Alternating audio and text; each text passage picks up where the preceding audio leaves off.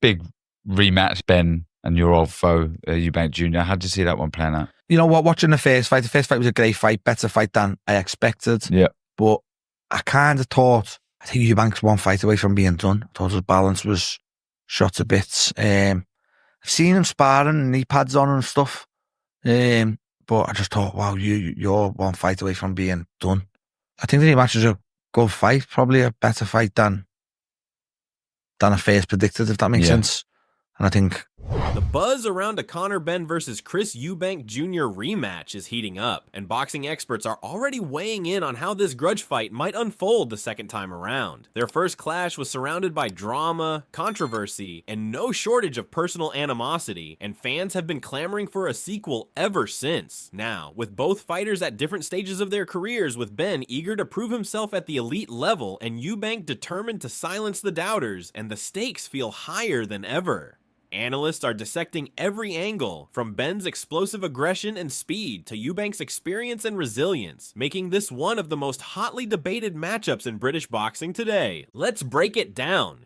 And just ready to see, I think, round 13, really, or Ben Eubank 4, which is what it is in this incredible family rivalry. Yeah.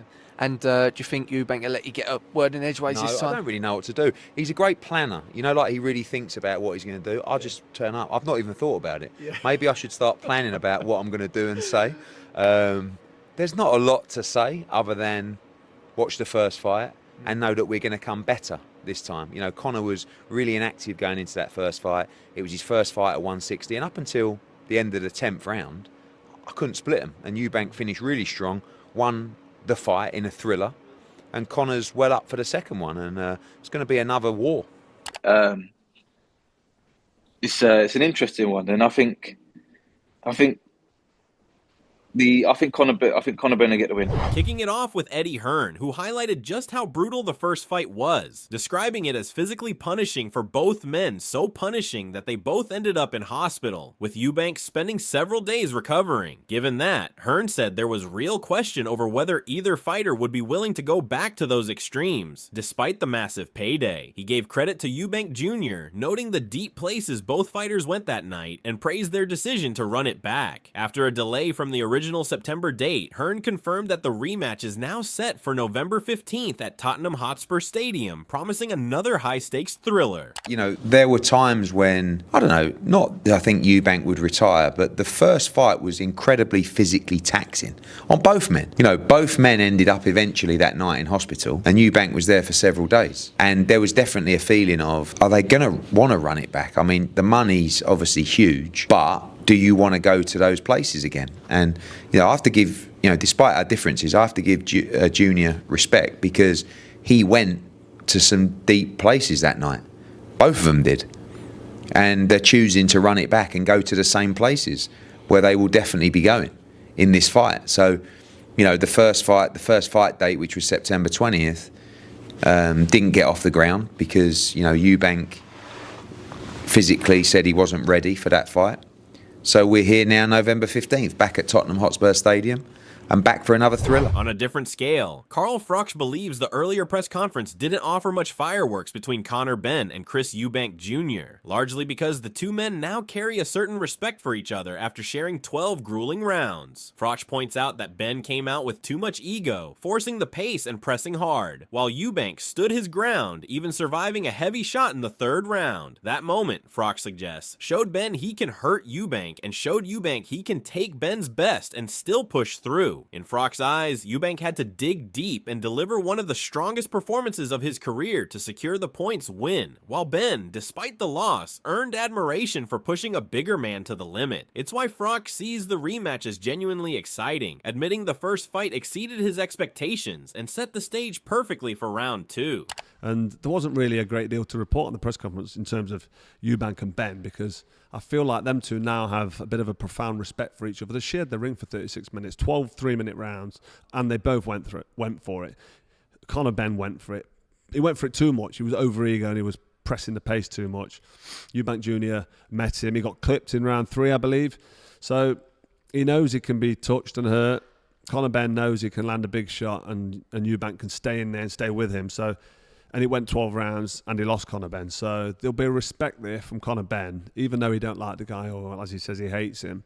He'll still respect Chris Eubank Jr. And I think Eubank Jr. will now respect Conor, because obviously a smaller, lighter guy gave him hell for 12 rounds, and Eubank Jr. had to pull out a career best performance to take this fight to the distance and win a points decision. So the rematch is happening. I'm actually looking forward to the rematch because the first one was so exciting. I didn't think it'd be that good.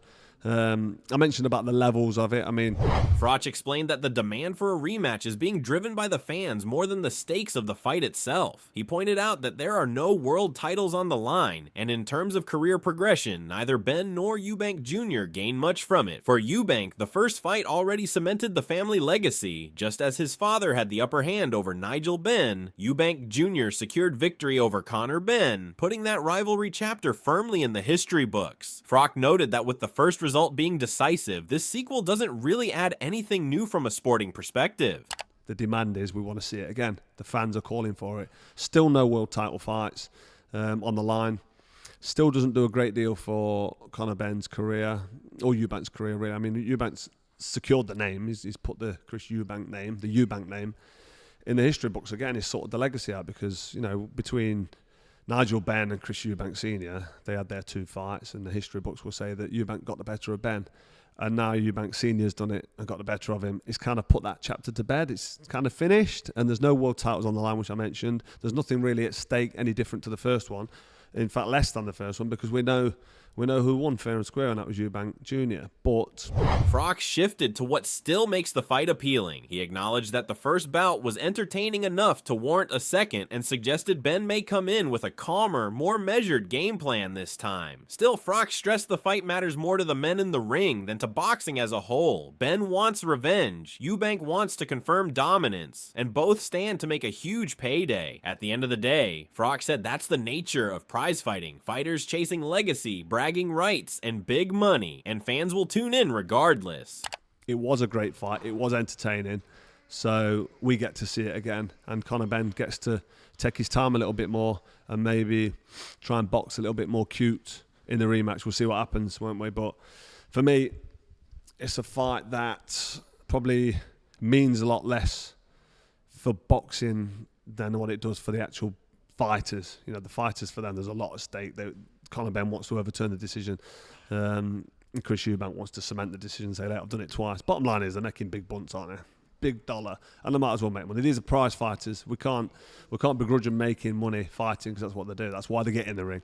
But yeah, fight's happening November 15th. Building on Froch's view that the rematch is more about pride and payday, Liam Smith offered a sharper warning for Eubank Jr. He feels the weight and rehydration clauses could take an even bigger toll this time, with Chris already showing signs of age and wear. Pointing to the miles on his body, the braces in training, and the natural decline that comes with time, Smith argued that Benn now has a far greater chance to turn the tables. For him, the rematch isn't just a repeat, and it's a fight where the younger, hungrier Benn could catch an older, fading Eubank at the wrong moment. Between Chris Eubank Jr. Conor Benn, November 14th, 15th, I believe. If it's the same stipulations in terms of weight, rehydration clause, I'm seeing a lot of people think that could tip the scales in Conor's favour as Chris gets older, tighter at the weight. What's your read on it? Regardless of the weight, I think I bring Conor into the fight more next time, regardless. I think Chris is getting older and starting to look older, and I think that fight won't have done him any favours. I think that'll have put even more miles on the clock with Chris. Seeing Chris training with knee braces on, elbow braces, stuff like that.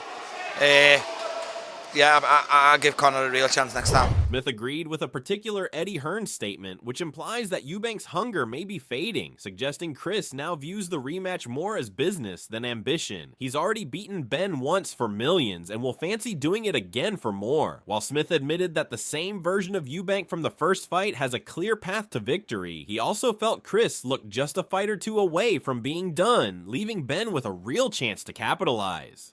Eddie said that he said even before the first fight, but sort of amplified now, that Chris's hunger's dwindling and Conor's still in that stage where, you know, he wants to take on the world. Would you think that's accurate? Do you think Chris has still got the same hunger as he did a few years ago? I don't know. I just think Chris could look at, without knowing you're done, Chris will look at it like, I've just beat Conor, because he did beat Conor the first time round. for millions, and I'll beat him again for even more money next time round. And I think that'll be Chris's angle on it, and the when. Chris is, he's got that way about him. We'll fight when I'm ready to fight, and that's why he's delayed it till November.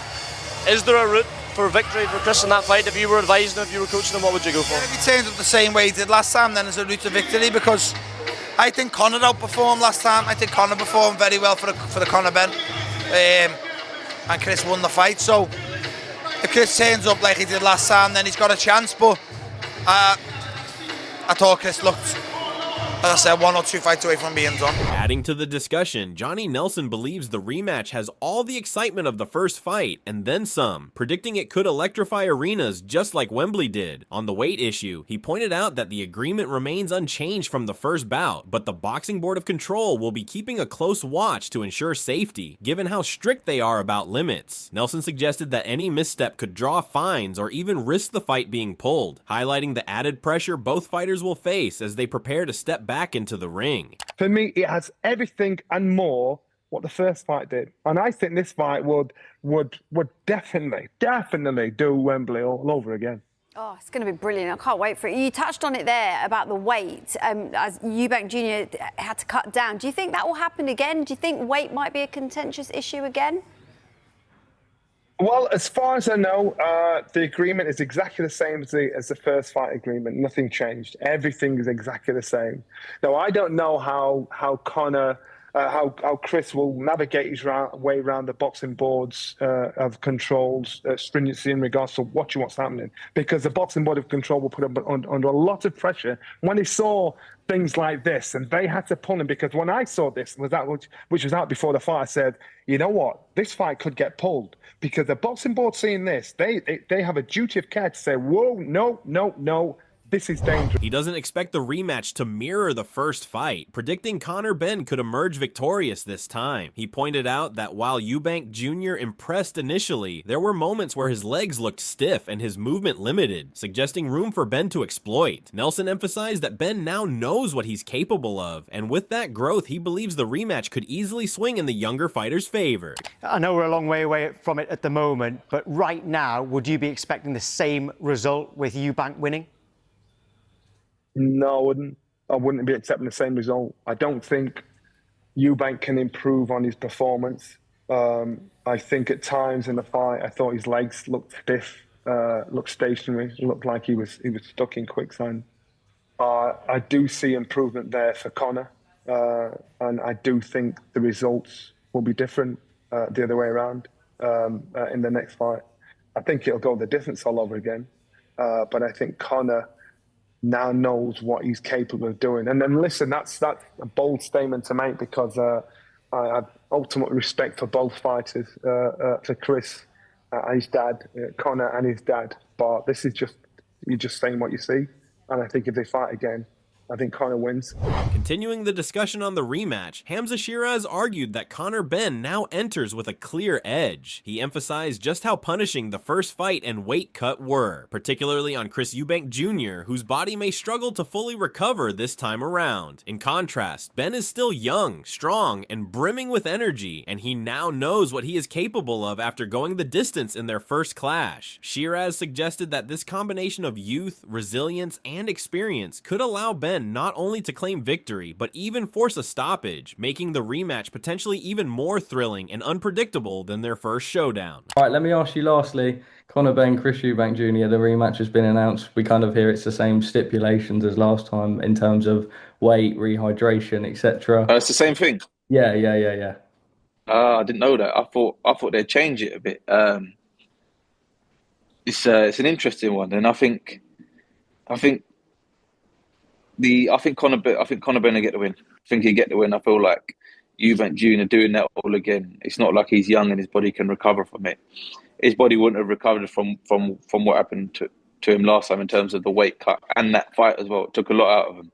Took a lot out of both of them. But I feel like Conor Benn will be Conor Benn himself shared the sentiment that the rematch is all about seizing victory, not just putting on a show. Reflecting on the first fight, he admitted he had Eubank Jr. hurt at several points, but stressed the importance of sticking to the game plan rather than chasing knockouts or flashy moments. Benn made it clear he isn't satisfied with simply entertaining the fans, and his focus is on leaving the ring with his hand raised, driven by the refusal to accept defeat, no matter how close or respectable the first contest may have been. Listen, we prepare hard for 12 weeks, 10 weeks, 8 weeks, 6 weeks for victory. Not you done well, not pat on the back, not, oh, you know, we're proud of you, and it ain't good enough for me. You know, we prepare to win. Listen. Do you knock him out? I won't be looking for the knockout, that's for sure. Do you believe you can, given what happened last time? No, I believe I had him hurt numerous times in there, yeah, of course. But, you know, greed's a killer, isn't it? You didn't know the game plan, or you didn't have the game plan that you didn't stick to. So it's easy for you to say, yeah, but it was an entertaining fight. I'm glad it was for you, but ultimately I didn't get my hand raised. So how can I not be disappointed? You don't want to lose in life and sit there and go, oh, you know, I've done my best. I'm happy to be here. I ain't happy to be here. I ain't happy to be a loser. You know, whether it was a good way of losing or not. Now it's your turn. Who do you see coming out on top in this epic rematch? Are you siding with the young and hungry Conor Benn, ready to avenge his first loss? Or with the experienced and resilient Chris Eubank Jr., aiming to prove he can dominate twice? Drop your thoughts and predictions in the comments below, and don't forget to hit that subscribe button for all the latest updates, expert analysis, and fight breakdowns from the MMA world. We want to hear from you. Let the debate begin, and let's see which side the fans truly back.